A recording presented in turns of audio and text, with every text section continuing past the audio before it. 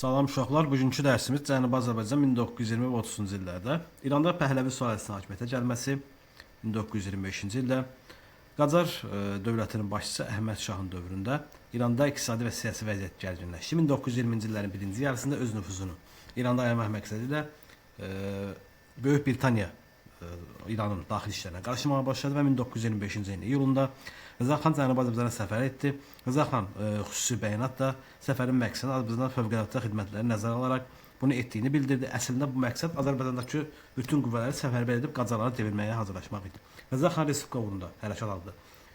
Mübarizəyə başlayaraq 1925-ci ildə Qacar sülaləsini taxta salıb özünü işğal etmiş və bununla da İranda fərs əsaslı Pəhləvilər hakimiyyətə gəlmişdi.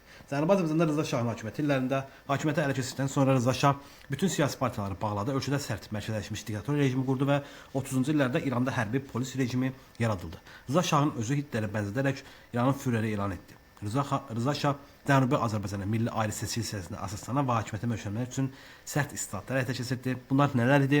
Farslar ölkədə hakim millətə çevrildi. Azərbaycan türkləri məhv edilməyə çalışıldı. Türkcə kitab, qəzet çap etmək qadağan edildi. Qədim türk kitabları, Təbriz şairləri, əsərləri və əlyazmaları yandırıldı.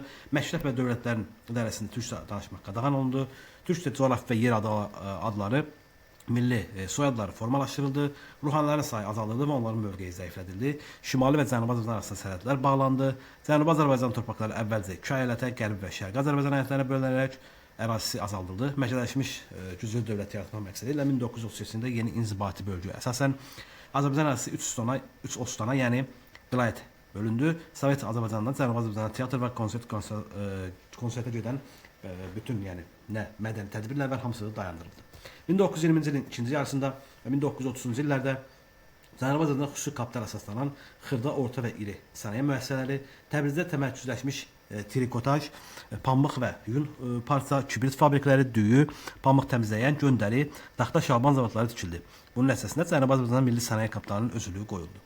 1930-cu illərin ikinci yarısında Sovet hökuməti Şimali Azərbaycanda yaşayan güneyli soğudaşlarında şübhəli elementlər kateqoriyasına aid etdi və bunlar səbəb açılışları idi.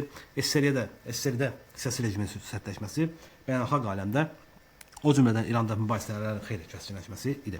1938-ci yanvar 19-da Sovet, yəni əsasən də SSRİ-nin Mərkəzi Siyasi Bürosu İran mənşəli Azərbaycanlara aid etdiyi xüsusi qərara əsasən Sovet vətəndaşlarını qəbul etmək istəməyən və İran təbəliyində qalmaq istəyən Azərbaycanlıların 10 gün ərzində İrana köçürülməsini, bundan imtina edənlər isə Sovet vətəndaşlarını qəbul edib bir ay müddətində Qazaxstana köçməsini şərt qoydu və nəticədə bu insanlar xeyli hissəsi əsasən də Azərbaycan SSR-nin hüdudlarını tərk etməyə məcbur oldu və İrana köçdülər.